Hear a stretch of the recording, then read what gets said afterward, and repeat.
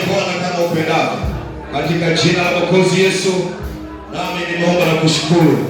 Watu wa Mungu waseme amen. Sema amina ya nguvu. Sema amina ya nguvu. Asante. Naomba uketi. Wakati ni wafuni kwanza, somo lilikuwa nasema paswa kufanya nini baada ya kuingiza katika mwaka mpya. Kwa zaidi ya 10 nilikwambia, na vile upita nilifundisha kwa habari ya somo lilikuwa nasema sababu zinazopelekea watu wengi kutotimiza malengo yao. Moja jambo lilikuwa ni sikulisema kwa sababu ya muda, kupe ni mojawapo ya jambo lile ambalo linachelewesha watu ni kufanya jambo moja kwa wakati mwingi zaidi. Kufanya mambo mengi moja kwa muda mwingi ni kuchelewesha kufika kwenye maono. Leo nasema andika, tunahitaji Mungu aachilie nguvu juu yetu ili kufikia kwenye hatima zetu. Asante mliosema amen. Rudia tena, tunahitaji Mungu aachilie nguvu ndani ya mwanamke mmoja, ndani ya mwanaume mmoja, ndani ya vijana, ili kufikia kwenye hatima yetu.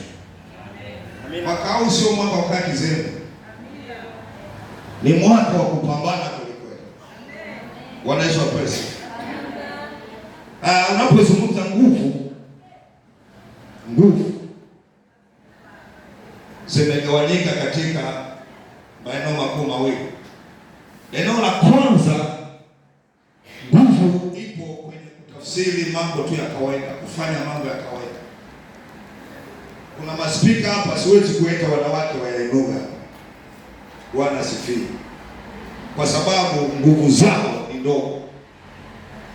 Zinaitwa maspika bezi, acha ya kwetu ndogo, hata ile pale. Kuna mzigo mwingine hawezi kuinua mzee Swali kwa sababu ya umri. Jina la Bwana libarikiwe. Tunategemea atakayeweza kuinua kitu hicho ni yule kijana mwenye nguvu. Na ndio maana Biblia inasema vijana wana nguvu. Nimepata shida sana shemasi mkuu sasa hivi wakati namuingiza kiongozi wa vijana. Amechelewa. Yeye atafikiri nimeusia, mimi nimemuona. Yaani kiongozi wa vijana alafu anaingia sasa. Biblia inasema nimewaandikieni ninyi vijana kwa sababu unazo. Sasa kuna nguvu tu za kawaida leo. Tofauti na Elia na wewe. Kuna tofauti. Wewe sikubarikiwe sana. Mmoja aliyemtia moyo jana ni wewe. Unaletea watoto wako waje hapa kwenye ibada. Ni wahesabu watoto wako. Walikuwa ngapi? Watatu. Wewe kwa ile familia saa 11 watatu walikuwa ni wanani? Wa Oscar. Wanawake wengine tulieta wangapi? Nani? Wewe wanani alikuwa mchungaji? Nimewaandikieni ninyi vijana kwa sababu mna nguvu. Tunahitaji kwenye maisha haya nguvu tu za kawaida. Nitikia amen. Amen. Ambazo ukweli kwenye nguvu. Ukweli kama utaelewa unahitaji nguvu, utachelewa kufika kwenye hatima yako. Bwana Yesu asifiwe. Nguvu za kufanya vitu vikubwa. Kuna wakati nilikuwa nakimbia kwa mlima naenda. Kuna wakati nilikuwa nabeba vitu vizito kule Iringa, lakini naona sasa hivi kuna nguvu zinapungua. Huo ndio kweli. Kangarawa miaka ile sio mwaka huu. Na nikwambie sio kwa kangarawa tu, kwa kila anayesogea kuna siku zinaendelea mbele. Kuna mambo unapaswa ufanye madamu na nguvu. Na nguvu hizo za kawaida tu. Unainua ndoo. Ndio kwambia siku moja nilikuwa nabeba mizege ya maji. Weka yangu unafahamu niaje? unabeba huku lita 20 na huku lita 20, alafu weka zako na beba ile mianzi. Wewe huku kuna maji, huku kuna maji. Ukipata nguvu na wewe unaongeza na kidumu kingine na huku kidumu kingine. 25 beba kilo ngapi? Ni mfuko wa 50 wa simenti. Haja sio kama chakatua. Tuna vijana hata tuambia bebe mtungi wa gesi wa kilo 50 hawezi. Ndoo ya maji anasema, ndoo ya maji. Anabaka atetemeka. Mpe binti mwambie koroga ugali. Kuna nini? Naita nini? Misuli haiji wakati mwingine kwa sababu tu hivi tumekuja tu kimuujiza. Inakuja kwa sababu tumepambana. Ukiushika mkono wa taifa. Mfano mkono wa Oscar. Kuna mikono inakuwa sugu kwa sababu ya majukumu aliyenayo. Anajaribu kutumia nguvu alizonazo kwa wakati wake, kwa maana kuna majira zitaisha, kuna majira zitapungua. Unahitaji nguvu za kawaida. Eneo la pili unahitaji nguvu linaitwa nguvu zilizojikita kwenye kiroho, kwenye roho au kwenye kiroho. Kwenye kiroho kunakaa katika maneno makuu na maneno mawili. Kwa sababu eneo la kwanza nguvu za giza. Nguvu za giza huanzia kwenye roho. Kwenye ulimwengu hadi sema kwenye ulimwengu. Nguvu za giza huwa zinaanzia kwenye ulimwengu wa roho. Na Mungu anapotaka kuwafanikisha watu wake anaanzia kwenye roho. Amina. Kwenye ufalme wa roho. Na ukitoboa kwenye ulimwengu wa roho, wewe si wa kawaida. Wewe si wa kawaida. Ndio kinitikia mbele. Nasema tena wewe si wa kawaida. Amen. Kwa hiyo katika ulimwengu si umecheza ile zile kamba. Tunaanzia kwa juu ile maswali na mwingine wapango waendelee. Alafu hapo tunaanzia sana na kadia na dalala wanakwepa alafu kamba. Hebu sema leo tunafuta kamba. Sasa inategemea steering aliyeka hapa umekaa. Inategemea na steering aliyeka hapa inategemea. Kuna uwezekano wa upande huu akawafelisha wengine wote wakapelekwa kama mateka. Ama upande huu naye akawafelisha wengine wote wakashangaa wamekuwa mateka. Mwambie mwenzako kuna ufalme wa giza, steering wake ni shetani. Ameandaa majini, ameandaa mapepo, ameandaa ajali, ameandaa kukatisha tamaa, lakini usipokuwa makini, nataka nikwambie kuna steering anaitwa Yesu mwenyewe. Na wengine tunafuata, na kama Yesu ndio steering mwenyewe, hatui mateka katika jina la Yesu. Hatuwezi kuwa mateka katika jina la Yesu. Kama yeye ana nguvu na sisi tuna nguvu. Wameniangusha tu wanawakilishi nataka waniambie huko. Nataka waniambie mzee Soda Simba wangojao Bwana watatiwa nguvu mpya. Amina. Swala la kuwa na nguvu sio hiari. Swala la kuwa na nguvu ni agizo, utapewa nguvu. Nasema tena, sio unapenda ama upendi. Swala la kuwa na nguvu za kawaida, za kiroho ni agizo. Amina. Ni agizo. Mwambie mwenzako si tu agizo. Ni ahadi ya Mungu. Sema ni ahadi ya Mungu. Sema ni ahadi ya Mungu. Sema ni ahadi ya Mungu. Ni ahadi ya Mungu. Tunafeli maeneo mengi kwa sababu tumekosa nguvu. Nasema tena tumekosa nguvu. Kuna kijana anataka tembee kama mzee, kama babu, wakati wewe si wa tembea hiyo, unataka uende zaidi hiyo tembea. Unakwenda kama kijana. Paulo anamwambia Timotheo mchungaji mdogo, jitahidi kujionyesha kwamba umekubaliwa na Mungu, mtenda kazi asiyekuwa na sababu ya kutayari. Amen. Kuna kujitahidi. Sema kuna kujitahidi. Kuna kujitahidi. Narudi kwa nani? Kwa Yakobo. Kwa nani? Kwa Yohana. Wanasema toka siku za Yohana Mbatizaji hadi saa hii ufalme wa Mungu unapatikana kwa nguvu. Wapendwa wenye nguvu za kufanya vitu mwaka huu watatoboa katika jina la Yesu. Watatoboa katika jina la Yesu. Wataenda viwango vingine katika jina la Yesu. Anawahi kuambia mwenye nguvu sio lazima. Mwenye nguvu anaweza kufanya chochote kile. Na mwenye pesa si mwenzako anaweza kufanya chochote kile. Na mwenye elimu si mwenzako anaweza kufanya chochote kile. Lakini ogopa mtu mwenye Mungu katika jina la Yesu. Ogopa mtu mwenye Mungu katika jina la Yesu. Ogopa mtu mwenye Mungu katika jina la Yesu. Ogopa mtu aliyezamilia kwamba lazima nifike mahali. Unazamilia, mtu amezamilia. Kama umezamilia katika jina la Yesu, unachohitaji sasa ni nguvu. Na Bwana ataachilia nguvu juu ya walokole mahali hapa. Pokeeni hizo nguvu katika jina la Yesu.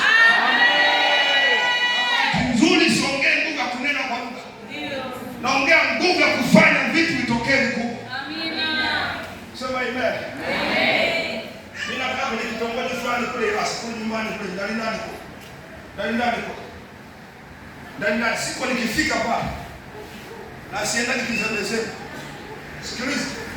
Kwa wanajua mwenye nguvu kali. Wanaweza kuwa sifa. Amen. Wanajua mwenye nguvu. Sasa kule kuna kawaida. Unachukua watu wanataka wafanye kazi yako halafu wape hela. Wape hela. Maana vibarua ni vingi.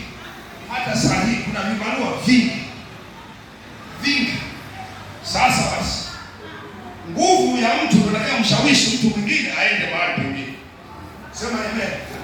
Wewe ukifika sema mchungaji akishafika vibarua wote wanaambia kwa mchungaji mpaka maliza siku ya kwanza ya pili mpaka mashabaka kishaisha ndio tunanasi wengine tutakuwa tunafanya tutawapata na sisi. Kuna nguvu inasababisha wanifuate. Sio bla bla. Mwambie mwenzako tufanye vitu kwa bla bla. Tunamaanisha wakao kama ni kutoboa na mkumbuka Yona kipindi fulani kulikuwepo na nguvu. Wewe usifungue dirisha. Kulikuwepo na mabati. Kama nakumbuka aliyapiga mabati akatokea mambo ya pili. Nikasema Mungu ameshuka. Alipiga mabati akatoboka akavukia upande ule. Tunakana wazinzi kanisani kwa sababu nguvu imepungua. Tunakana wasengenyaji kanisani kwa sababu nguvu imepungua. Tunakana watu wa Mbeya sio Mbeya kule Mbeya kwa sababu nguvu zimepungua. Tunakana watu wanalialia kanisani Kaiwanga wakati pesa zipo. Na moja mwaka unataka nishike hela kuliko maelezo mzee. Sasa kusema na sadaka no. Mungu ana migodi mingi. Sikiliza tuende kwenye andiko. Maana upako wangu ni upili. Alafu niachilie nguvu juu yenu. Sema amen. Tunaenda kwenye Isaya anatamka maneno. Nipenda kusema wimbo mwanamna amekukiwa ni mimi waongojea Bwana. Sura yake 29. Naomba tusome wote kwa sana kama umekaa kwa leo. 29. Anasema nianze mstari wa 28. Je, wewe ukujua ukusikia yeye Mungu wa milele Bwana Mungu wa miisho ya dunia hazimi wala hachoki, akili zake hazichunguziki. Akili za Mungu hazichunguziki. Akugawie na wewe akili za kutosha katika jina la Yesu. Akili za kufanya mambo katika jina la Yesu. Anasema huwapa nguvu. Jambo la kwanza mwambie mwenzako Mungu anatupa nguvu. Sema Mungu ananipa nguvu. Mungu ananipa nguvu. Waziniao humwongezea nguvu yeye asiyekuwa na uwezo. Hata vijana watazimia na kuchoka. Wanaume vijana watanguka, bali wao, hebu sema wao wamngojao Bwana watapata nguvu mpya. Pokea nguvu mpya katika jina la Yesu. Maadamu umeingia 2026, kuna nguvu Mungu ameiandaa kwa kanisa. Kijana, pokea nguvu ya kufanya vitu, pokea nguvu ya kupambana kwenye ufalme wa giza. Kuna falme za giza zinatamani sisi tusitoboe, lakini kama Mungu aishivyo, ninakuombea kwenye maombi haya ya siku 21, pokea nguvu mpya, pokea nguvu mpya katika jina la Yesu.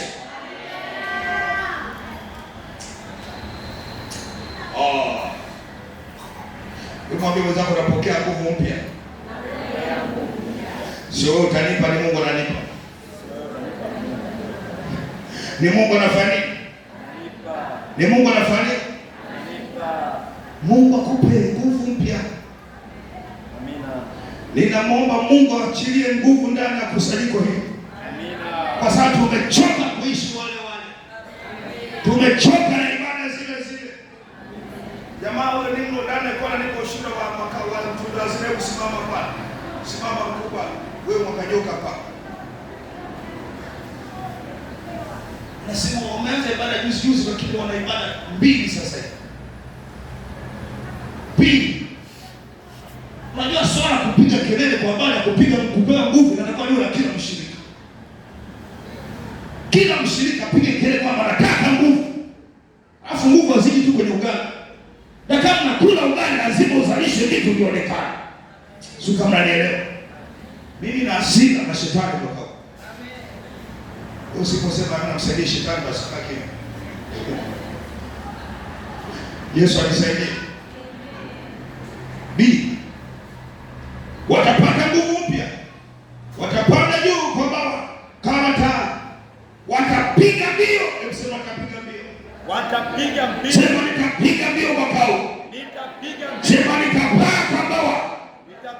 Nitapaa kwenye uchumi. Nitapaa kwenye uchumi. Mpae katika jina la Yesu aliye hai. Msitembee mkiwa mmechoka. Nendeni mkapae kiuchumi katika jina la Yesu. Kitendawili kuna cha kufanya, tatizo ndio hilo. Basi hamtamweka au amke katika jina la Yesu. Tutapaa kama nini? Kama taa. Unajua chata anakimbiaje wewe? Alafu tuendelee. Watapiga mbio wala watachoka. Watakwenda kwa miguu wala watazimia. Mwambie mwenzako kama nimekaa nao na kuzimika staki. Hapa. Kuna mtu ana roho ya kufa. Ana roho ya kuzimika. Muulize ni wewe?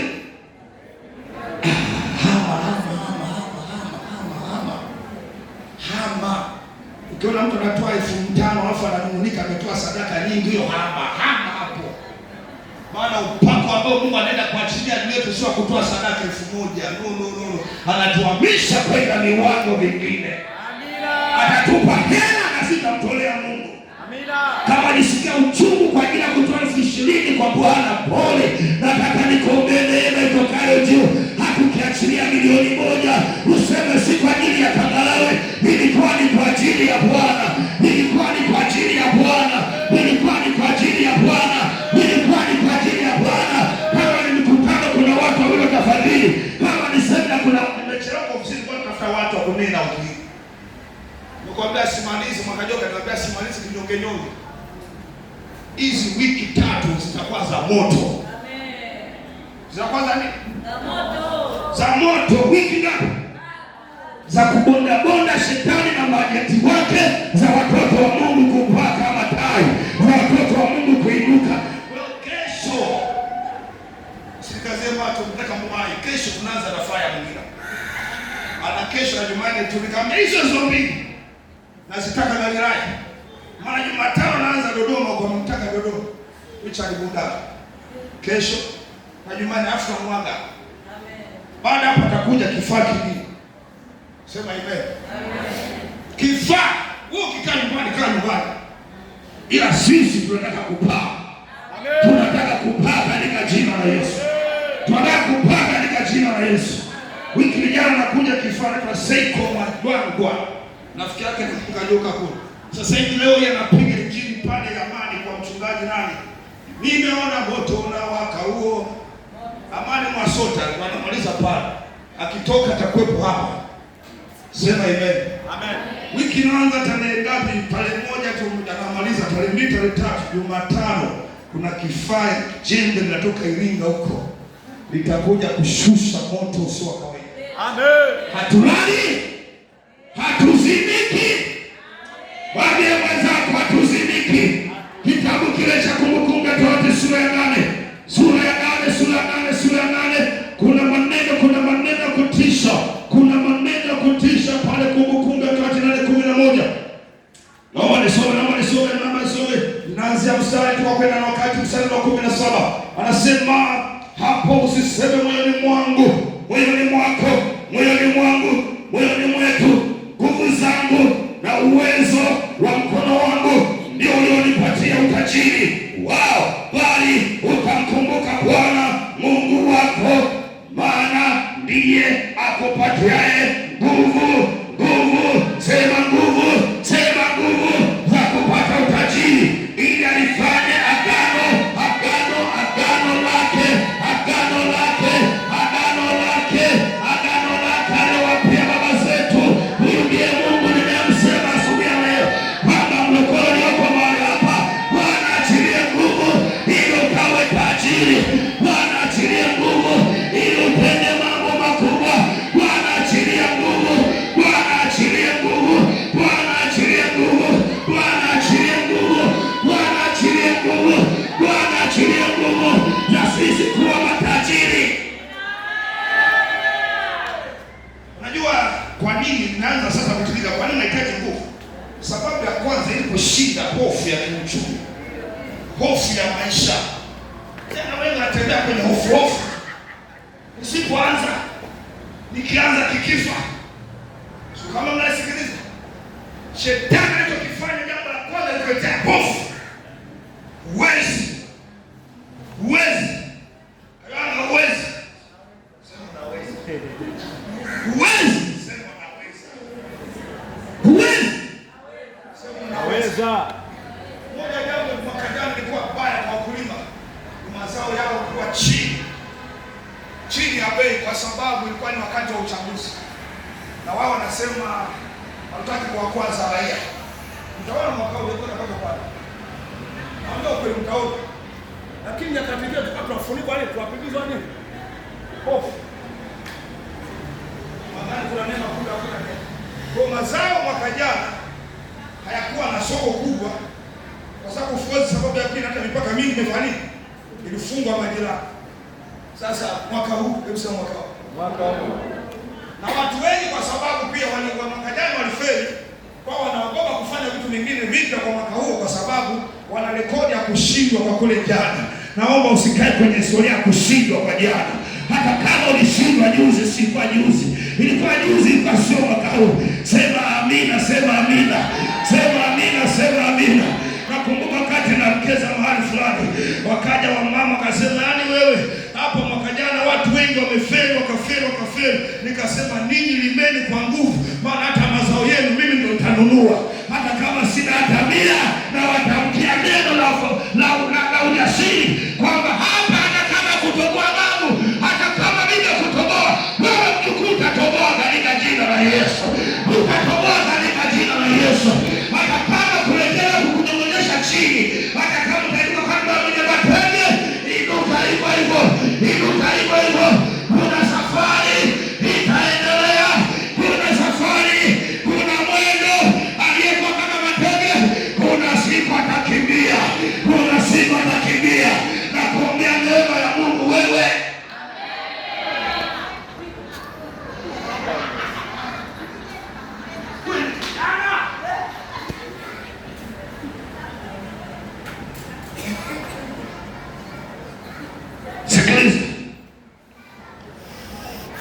Msisahau Mungu yule anayewapa nguvu ili mwe tajiri.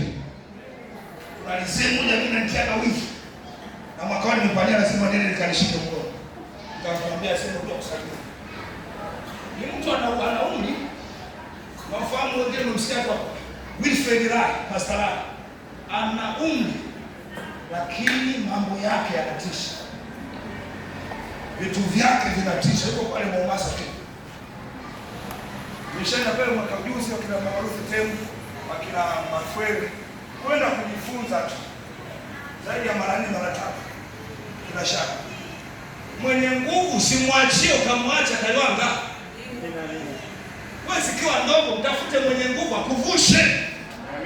Aya, anakuambia neema Mungu, ambatana na mwenye nguvu za Mungu, ambatana na mwenye nguvu za kiuchumi. Tusibaki wale wale, tusibaki wale wale, tutachelewa sana. Wewe kuacha nini? Aliyekuambia nakupa nguvu sio yule ambatana naye. Aliyekuambia nakupa nguvu ni Mungu unayetumikia. Mimi ni Mungu niwapaye nguvu ili muwe matajiri. Sababu ya pili nakupa nguvu nini? Ili aifanye imara agano lake. Tuna agano na Mungu. Wapendwa, naomba neema ya Mungu, inua mkono wako kulia, hata kama una interest na mafundisho yako, yaani kugusi sio na nini, inua mkono wako, sema nachukia roho maskini. Nachukia roho ya umaskini. Nachukia roho ya umaskini. Nachukia roho ya umaskini. Sema nachukia roho ya umaskini. Nachukia roho ya umaskini. Sema nachukia roho ya umaskini. Nachukia roho ya umaskini. Sema kwa sauti, nachukia roho ya umaskini. Nachukia roho ya umaskini. Sema nachukia roho ya uvivu. Nachukia roho ya uvivu. Sema nachukia roho ya uvivu. Nachukia roho ya uvivu. Sema nachukia roho ya uvivu katika jina la Yesu. Sema nachukia roho ya mazoea katika jina la Yesu. Nachukia roho ya mazoea katika jina la Yesu. Nachukia roho ya uzembe. Nachukia roho ya uzembe katika jina la Yesu. Kwa jina la Yesu. Kwa jina la Yesu. Roho yote sio sehemu yetu. Tunafuta katika jina la Yesu. Tunafuta katika jina la Yesu. Sikiliza. Hata Yesu alizungumza kwa habari ya mwenye nguvu. Ndio. Yesu ashikilia ufunguo. Shika ufunguo gani? Shikilia. Kuna mwenye nguvu anataka uchukue ufunguo huo ufunguo. Mwenye ndio. Ucha kuja. Unaona? Sasa nisikie. Yesu anasema, wewe wenyewe unaonyesha ulivyo. Alafu upande unaenda kupambana naye unaonekana sio wa kitoto. Naomba mwenzako, shetani anajua vita za kiroho. Anajua mapambano, anajua alishapambana na Yesu. Ndio maana nasema Yesu ilibidi ashindane, akamshinda kwa damu ya mwana kondoo, alafu akamnyang'anya na funguo. Nenda pale. Naona mimi yangu ni papa.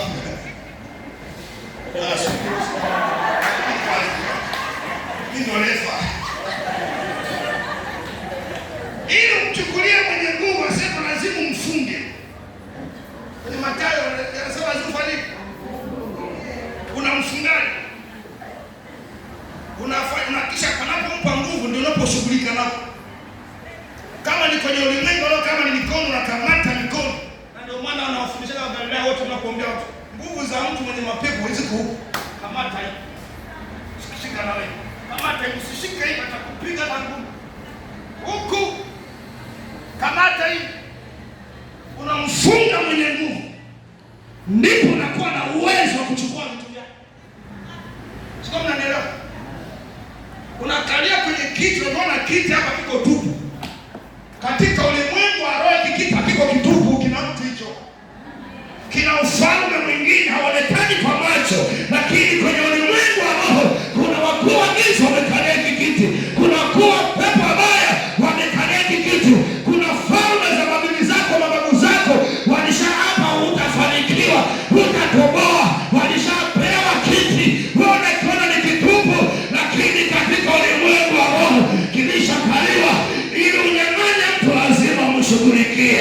Uwe na nguvu za kuishughulikia hii. Uinua halafu nakalia mwenye nguvu za Mungu. Sema amina. Na ukikalia mwenye nguvu za Mungu, unaandika na nje pale, hakuna kukutoa kwenye hicho kiti. Waje wachawi, waje majini na uganga, hakuna kukuondoa kwenye hicho kiti. Kama Bwana ametubariki, ametubariki. Kama Bwana ametuinua, ametuinua. Kama majina yetu yameandikwa mbinguni, yameandikwa tu mbinguni. hakuna wa kutufuta.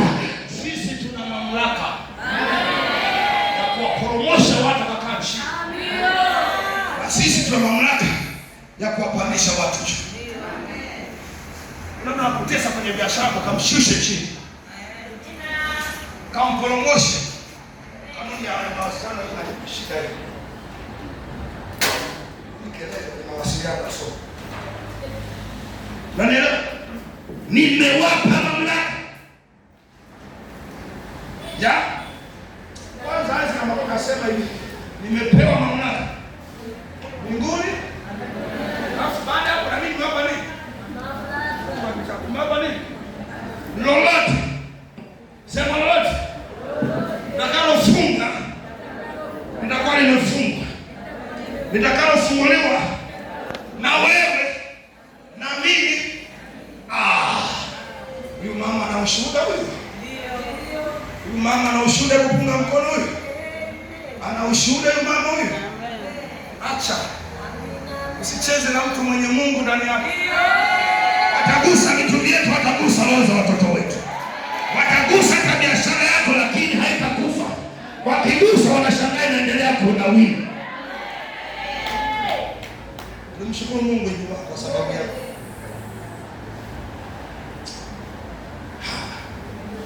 Kugusa mtu wa Mungu, kugusa mtu mwambie mpendwa. Biblia inakutia moyo. Nawe unalindwa na nguvu za Mungu kwa njia ya imani. Wachawi hawatuwezi, mapepo hatuwezi, majini hatuwezi, kwa sababu tunalindwa na nguvu za Mungu kwa njia ya imani. Tunaonekana wanyachusa sawa, tunaonekana wachanga sawa, tunaonekana wanyarukoro sawa, tunaonekana wabena sawa, lakini mimi nalindwa na nguvu za Mungu. Mimi natetewa na Mungu mwenyewe. Mimi nalindwa na nguvu za Mungu. Leta mishale usiku, leta mishale asubuhi. Ninajua anayenilinda ni nani. Sema amina, sema amina. Sema amina, sema amina. Sema amina, sema amina.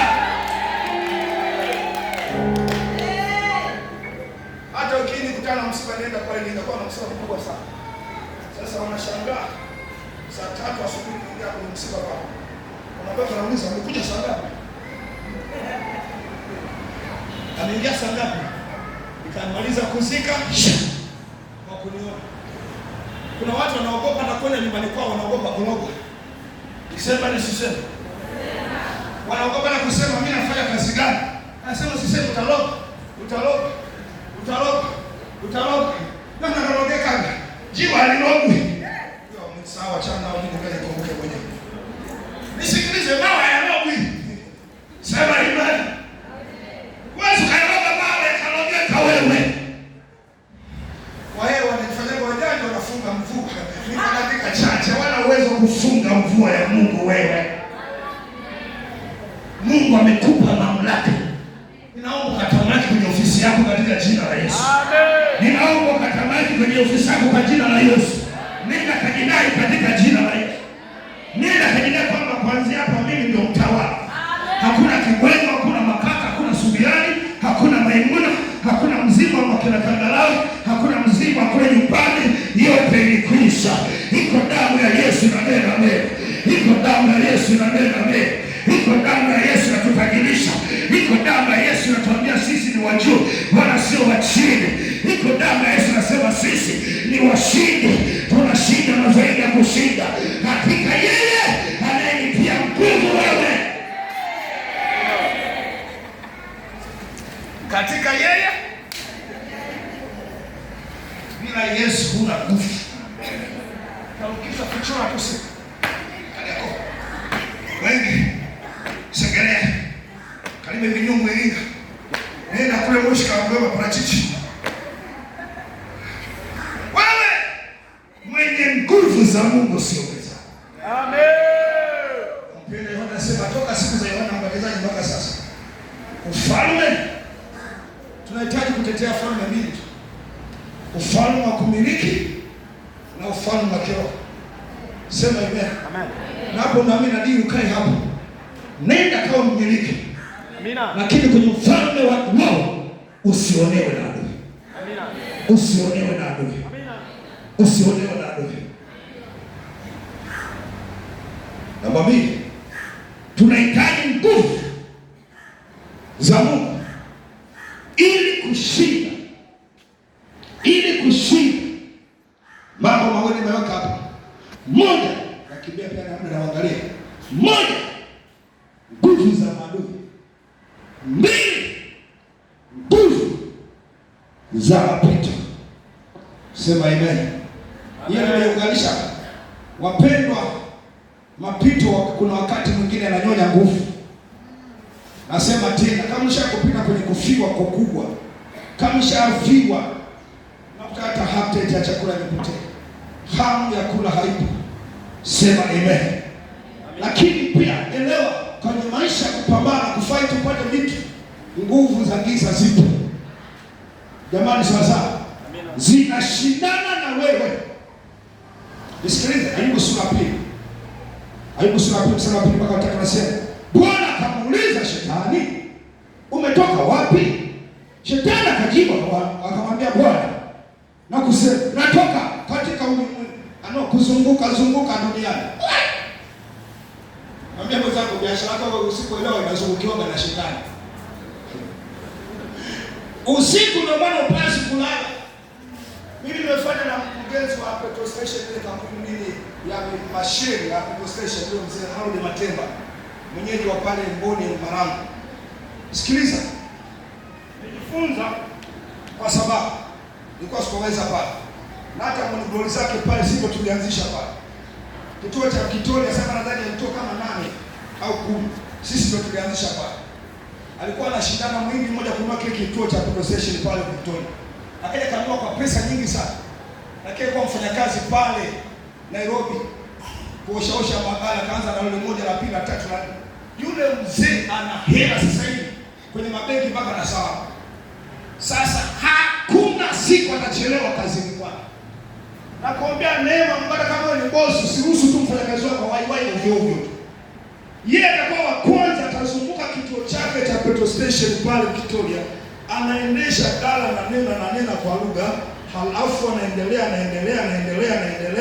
anakitabilia, anamshukuru Mungu kwa maana amekilinda usiku kucha, halafu anafika pale, anapaki gari yake hapo. Huyu hapa amefanya kazi kwangu kwake. Nilipoondoka mimi alifanya kazi hapo. Jioni yeye pia ndio mwisho anaondoka, atazunguka kituo chake. Miongoni mwa mahali alikuwa anaijua sana kwenye petrol station. Nimekaa zaidi ya miaka 6 pale. Hakuna jambazi kuja pale kutuibia. Ni kama supervisor. Bernardina nakumbuka. Ni mwishoni akaja akapigwa risasi. Kwa sababu na alizidi sasa. Mahela amenga napeleka mwenyewe benki. Wakampigia risasi hapo. Stani benki tena anapeleka benki ya Mkocheni pale. Hakufa, kapona. Kwanza hapo akaanza kupeleka na security ya kampuni fulani. Wewe kituo chako unazungukia wewe. Hapo ndio kwenye point yako, unazungukia wewe kituo chako. Muone kwanza, kuna mama wengine wanatoa na shule na wekea mikono. Nani alikuroga? Acheni kwa biza mashika kuwekea mikono mpaka watoto wenu, wekeeni mikono. Kuna maroho yametumwa mashuleni. Yanaiba fahamu.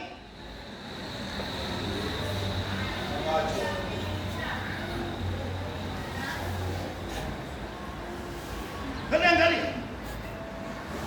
Nimewapa mamlaka. Weka mkono juu ya mwanao. Nimeonyeshwa. Alafu na kuonyeshwa kwa kuchukua watu wangapi. Kama ni mbaya kemea. Ni nzuri, mshukuru Mungu. Lakini mkono juu ya watu wewe. Nijifunza kitu cha maana sana ile mzee. Akimaliza hapa na kuja meeting pale, tunafanya ibada na baada ya ibada ndio tunaanza sasa kazi ya jana inaendaje. Unafungua ofisi. Unashinda na kupiga goti sasa kwa Mungu na kushukuru. Hata kama wateja wajaja, asante Mungu kwa kunipa leo siku ya leo. Ninaomba niletee wateja wengi zaidi. Ninafunga ile maroho yaliyotumwa usiku kuharibu biashara yako katika jina la Yesu. Na kunyunyizia damu ya Yesu, damu ya Yesu, damu ya Yesu. Amen. Nashuhudia wewe tayari wako. Usipokupigia kutafuta masupendi ya wapi? Masumeno ya wapi? jifungie mahali pa juu pa ndani. Tuna upinzani katika ulimwengu. Mwenye nguvu ndo anaiteka. Sababu ya pili. Sababu ya tatu.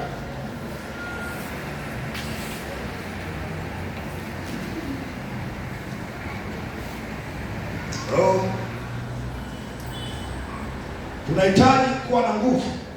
Utaandika Marko 4:37-40. 4:37-40. Tunahitaji nguvu ya kuendeleza yale tuliyokwisha kuanza. Andika haraka. Nataka mtu akajiombea apate nguvu. Wapendwa, tunahitaji nguvu si tu ya kushinda upinzani, lakini ya kuendeleza yale tuliyokwisha kuanza. Hapasi kufia njiani. Sema amen. Narudia tena. Nenda kaendeleze uliyoanza. Yakizaliwa mengine hata yale ambayo kisha kuanza kayaendeleze. Amen. Sema amen. Amen. Sema amen. Amen. Aendeleze. Kwa sababu maisha ya muamini ni safari ndefu iliyojaa milima na mabonde, iliyojaa dhuruba, iliyojaa kukatishwa tamaa kwingi. Maisha ya mwanadamu, wapendwa, imejaa misukosuko. Adui asingependa uendelee.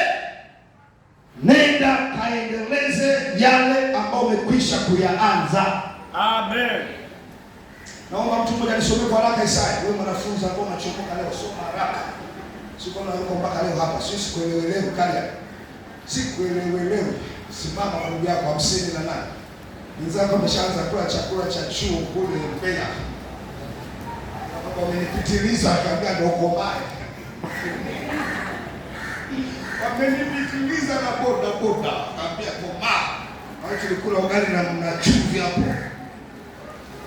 Soma Isaya 58:11. Naye Bwana, tuendelee. Naye Bwana atakuongoza daima, ataishibisha nafsi yako mahali pasipokuwa na maji, na kuitia nguvu mifupa yako.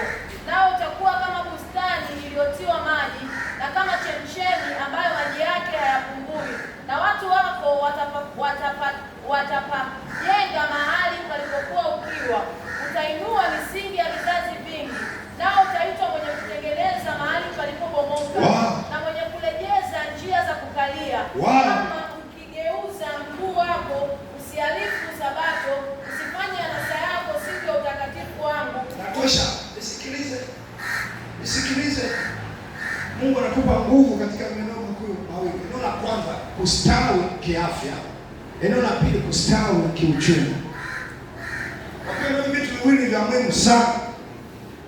Na karibia kumaliza nikuombee. Sababu ndio najua na safari.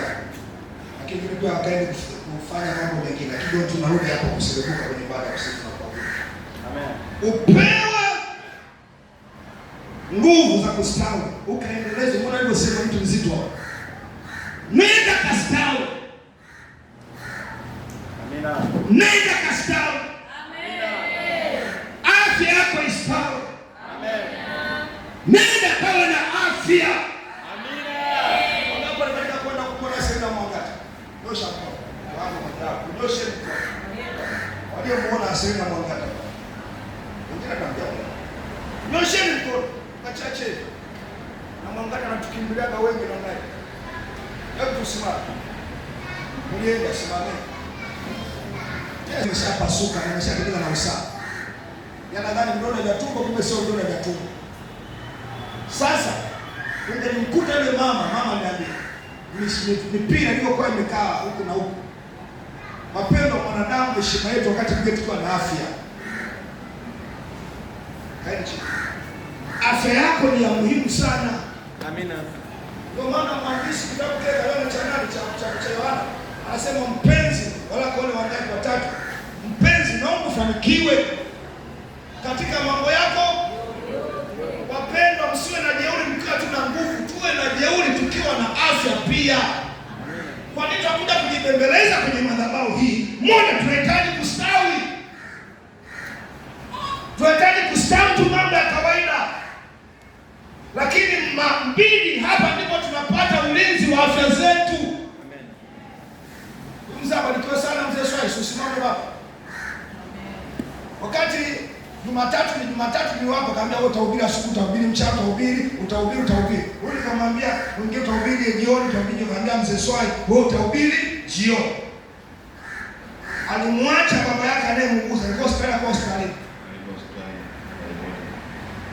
pale Manzese, na mdogo wake akasema mimi nimepewa wajibu na mchungaji wa nini kwenda kuhubiri kanisa. Wangapi tunapewa wito na Mungu afu tunatetemeka, wanasema sawa, pamoja na kazi yangu, wacha jambo langu linyamaze, niende kwa Mungu kwanza. Mimi Mungu akubariki.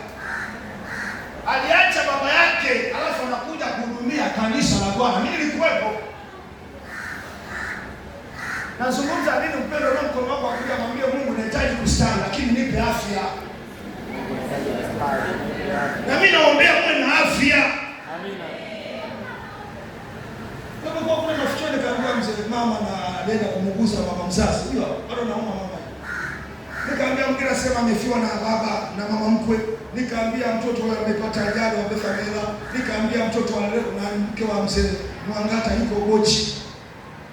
Kama mchungaji pia unachoka, maana matatizo ya shirika la muhusu baba kiroho. Unakuja hapa mfanye nini? Afya hatuwezi toboa.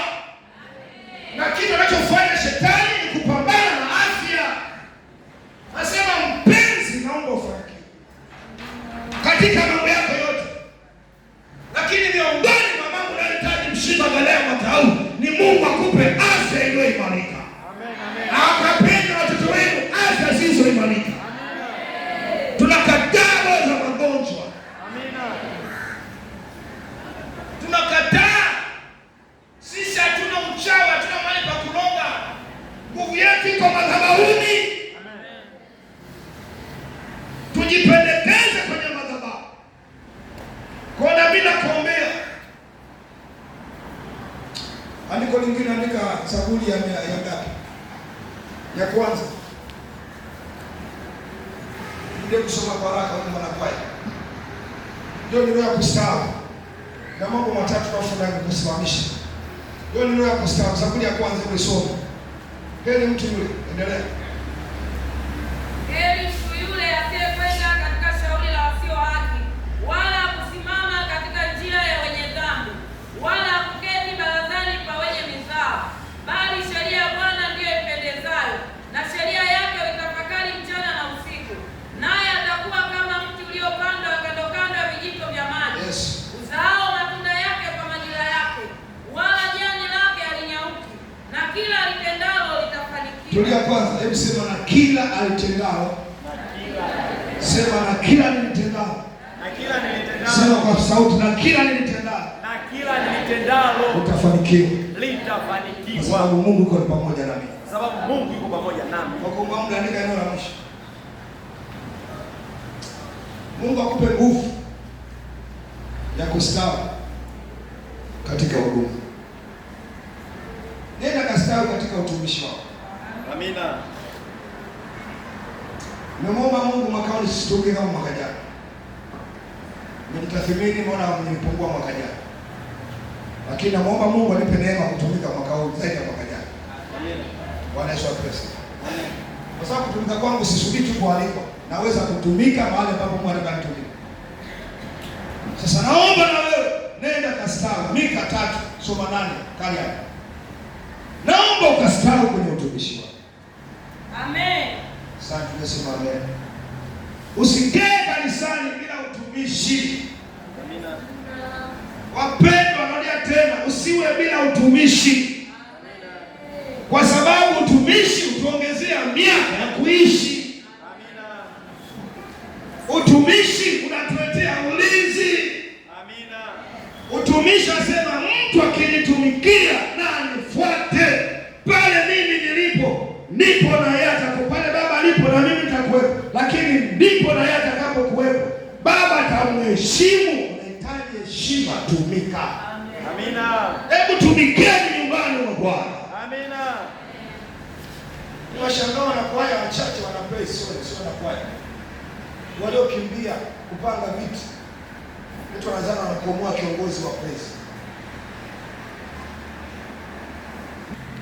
Narudia tena, unaweka kwenye kiti, tafuta wapi mtumikie Mungu. Kumtumikia Mungu kunalipa. Amina.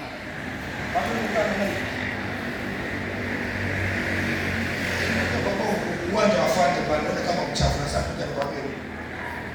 Alafu nikute uwanja wa Mama Jerry haueleweki. Nenda kama nataka kama fulio kama sio nataka fimu hapo. Fanyia uwanja. Form 5 mtaraji, form 6 mtaraji. Wanaume tupunge mkono. Wanaume wote tupunge mkono kwa sadaka ya Mungu. Tujiingize kwenye kumtumikia Mungu. Amen, amen. Yesu alikuwa mwanaume kwa mwanaume. Alikuwa mwanaume. Yesu alikuwa mwanaume kwa mwanaume. Yesu alikuwa mwanaume kwa mwanaume. Jehova. Yesu alikuwa mwanaume kwa mwanaume. Miongoni mwa jitahidi kwenye zote bora jitahidi. Nafuatilia mauzuri yako. Soma kitabu cha Matendo 10 afu anaongea shika simama. Matendo ya Mitume 6 kama umechelewa mwambie kabla ya kusomea. 6:38. Jifunze kwa baba yetu Yesu. Tuvae roho ya utumishi mwaka huu. Amen, amen. Fanya haraka kabla unafuata wale roho. Tuvae roho ya utumishi mwaka huu.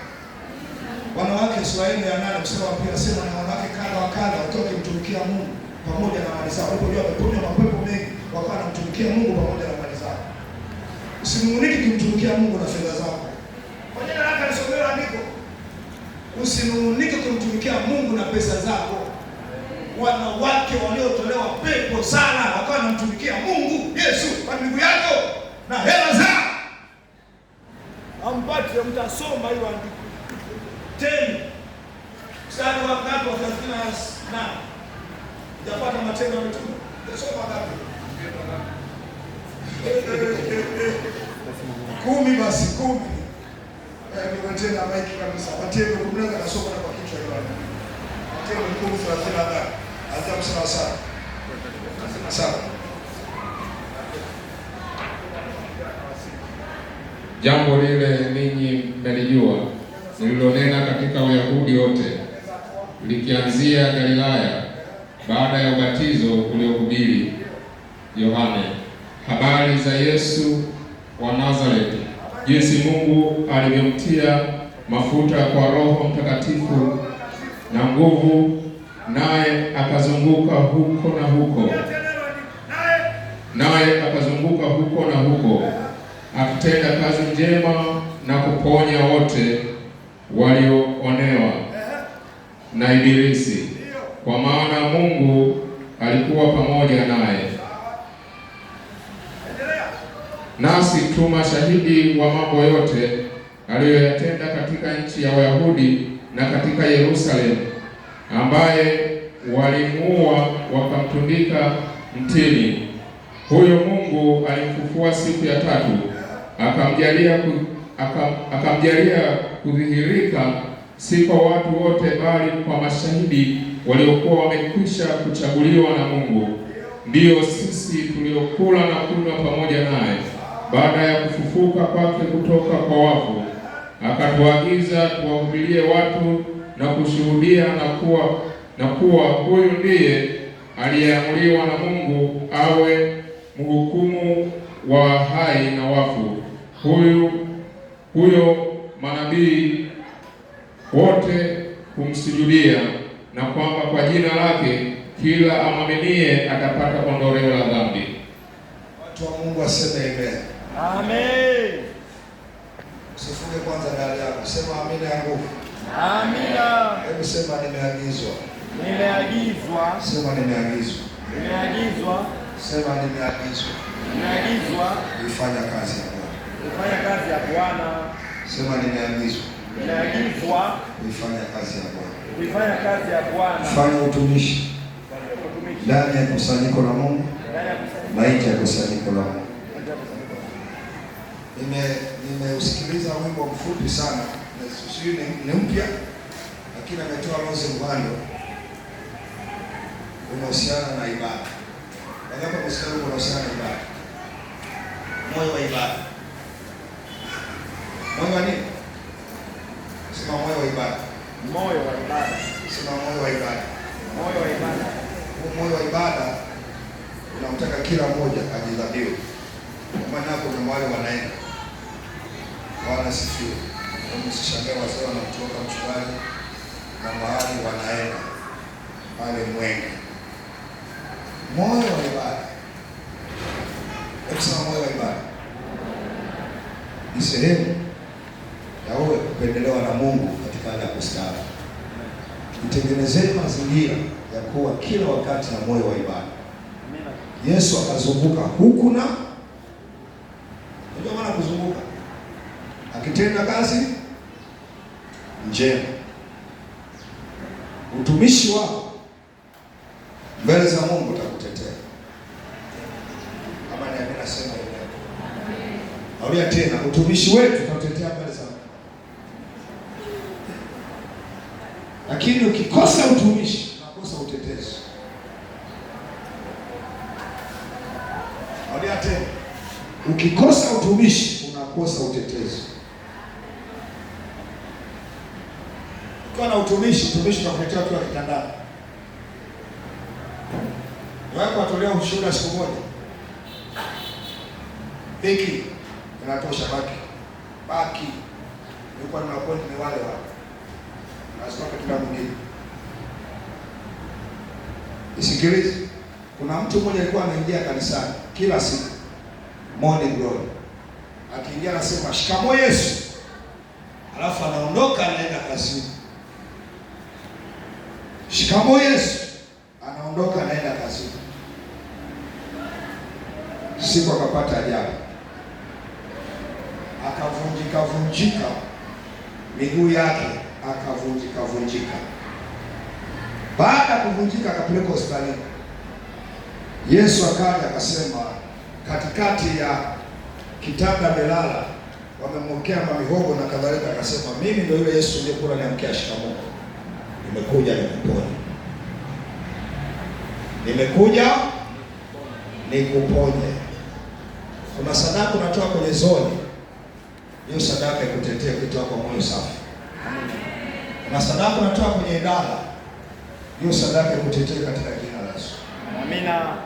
Kuna mahali unamwombea mtu, kuna mahali unamsaidia mtu. Naomba Mungu akusaidie. Hiyo sadaka isitupe. Amina. Kitakachofanya sadaka yako kubalike ni nia ya moyo. Dhamiri yako ni ipi? Ukifanya kwa moyo utazikuta mbinguni. Pale hazina yako ilipo na moyo wako utakapokwenda. Simama kwa ndugu yako miwili. Kwa mlango umeshika kabisa, weke na kufuli. Sinasema usimame. Unamwambia Mungu nahitaji nguvu. Mungu achilia nguvu watu waliomaanisha kutekeleza nguvu.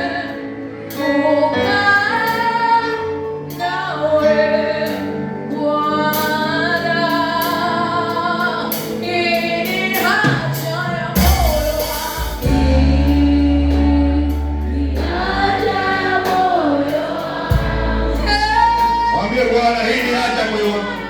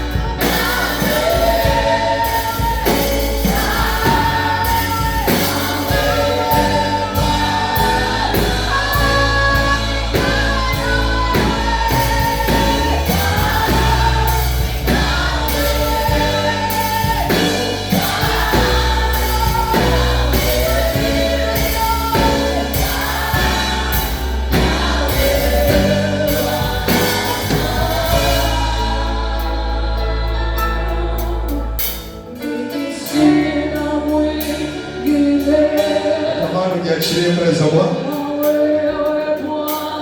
Umaanishe kwamba kuna mtoka Mungu na watoto wote waingie ndani. Walimu watoto nikisema watoto wote waingie ndani.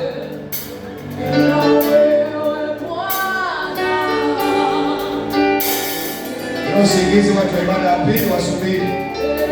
Watu wa ibada ya pili wasubiri waingize watoto tu. Watu wa ibada ya pili wasubiri ibada yao.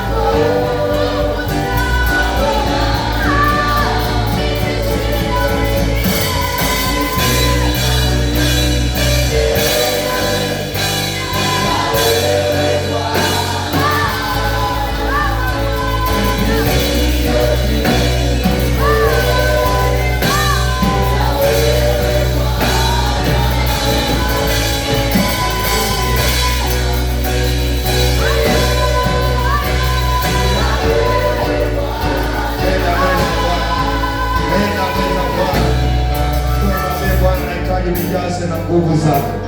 Natamani kila mmoja uzungumze. Kuna tofauti ya kunena, kuna tofauti ya kumwomba Bwana kwa maana kwa maneno yako, kwa kinywa chako, lakini pia kuna kuomba katika roho. Lakini lazima ujue unachosema ni kitu kama kiomba. Nikumwambia Bwana nipe nguvu. Ninaomba unijalie nguvu za kufanya vitu vikubwa. Akili yangu ipate matunda. Kuna vitu Mungu ataachilia unapoomba. Kuna vitu Mungu ataachilia. Lakini pia sasa kumwambia Mungu nipe nguvu ya kutumikia. Inahitaji nguvu ya kutumikia zaidi ya mambo yaliyopita. Inahitaji kujidhabihu zaidi. inahitaji kuomba zaidi, inahitaji kufunga zaidi, inahitaji kuhubiri zaidi, inahitaji kuwabariki wengine zaidi, inahitaji kupandisha viwango. Kupandisha maiki yangu katika jina la Yesu. Usikae kimya, omba. Nakupa nafasi au kujiombea. Ningaliweza kumuita kila mmoja hapa mbele, lakini kwa sababu wote tunamhitaji Bwana, wote tunamhitaji Bwana, wote tunamhitaji Bwana, wote tunamhitaji Bwana.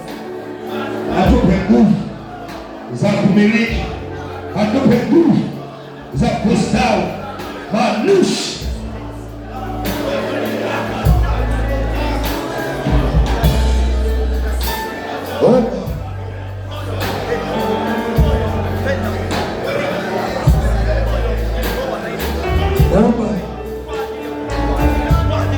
Hii ni haja ya Bwana. Msingi tunaujenga mwezi wa kwanza. Unapokuwa tunaanza kukimbia, Mungu abadilishe mtazamo wako. Mungu ondoe mazoea, ondoe kujihurumia. Naistimu, lakini Bwana anasema tawapa nguvu mpya, tawapa nguvu mpya.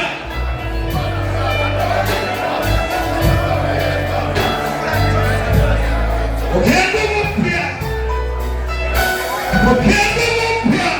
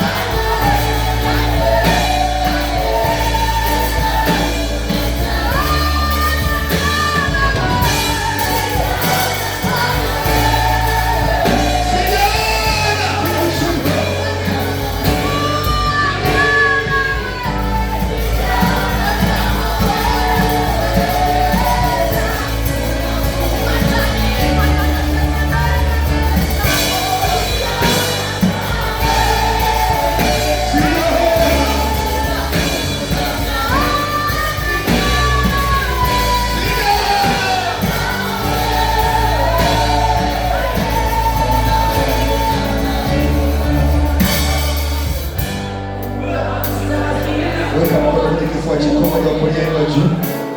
Inua mkono wako kulia juu. Unayofanya ni hakika kuna mabadiliko yanaenda kutokea kwa wewe.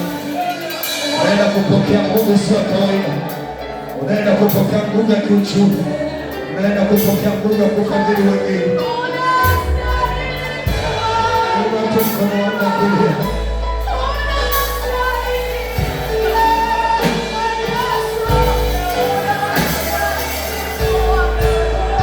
Haijalishi ya uchumi wako. Haijalishi ya shida na uchumi wako.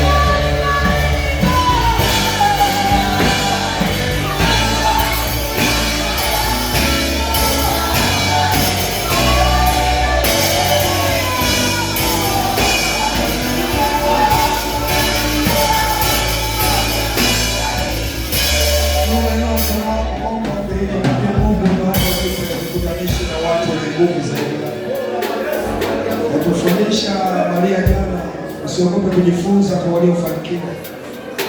Usiogope kujifunza kwa waliopiga hatua. Anza kuomba kwa dakika chache, mwambie Mungu niunganishe na watu sahihi ambao watanisaidia mimi kupiga hatua.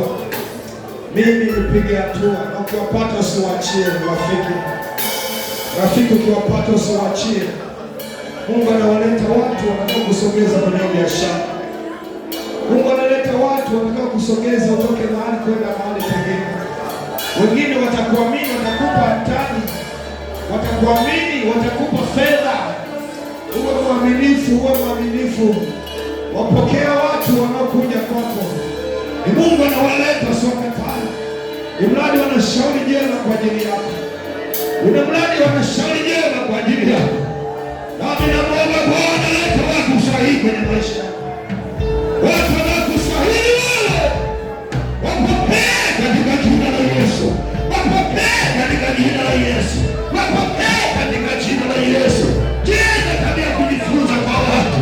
Jenga tabia kujifunza kwa watu. Kama ni waaminifu tabia na wao. Wewe unasema ukikutana na mtu mkuu wa Mungu, ukikutana na mtu mkuu wa biashara, wala usimuombe fedha. Muombe akupe idea zake. Muombe akupe uzoefu. Muombe akupe akili. Muombe akupe elimu. Usimuombe akupe hela. Hapana, usimuombe akupe hela. Muombe akupe ufahamu. Muombe akupe darasa. Muombe akupe shule. Nami nakutamkia leo, watu wakuwaje kwako. Watu walioaminiwa na Mungu. Mungu akuunganishe nao. Mungu akuunganishe nao. Mungu akuunganishe nao. Hao watu ambao watakuwa ni daraja kufikia hatima yako. Kufikia hatima yako. Kufikia hatima yako. Kufikia hatima yako. Kufikia hatima yako. Baba, naibariki mikono hii iliyoinuliwa asubuhi ya leo. Bwana, wakumbuke watoto wako. Wanashauka kuendelea mbele. Wanashauka kufanya mambo makuu. Wanashauka kutumiwa na wewe. Mungu wafungulie njia. Mungu fungua fahamu zetu. Tukayafanye mambo makuu. Tukatende mambo makuu. Katika jina la Yesu. Sisi tutapungua, wewe utaongezeka. Sisi tutapungua, wewe utaongezeka. Na ukiongezeka wewe, sisi maisha yetu hayatakuwa ya kawaida. Ongezeka Bwana kwenye maisha ya roho yao. Ongezeka Bwana kwenye maisha ya wafanyabiashara. Ongezeka Bwana kwenye ndoa zetu. Ongezeka Bwana kwenye utumishi wetu. Ongezeka, ongezeka Kristo Yesu.